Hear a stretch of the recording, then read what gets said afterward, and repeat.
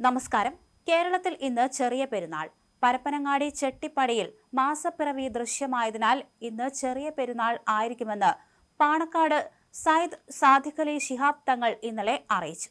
ഒരു മാസം നീണ്ട വ്രതാനുഷ്ഠാനത്തിന് പരിസമാപ്തി കുറിച്ചുള്ളതാണ് ഈദുൽ ഫിത്തർ ആഘോഷം.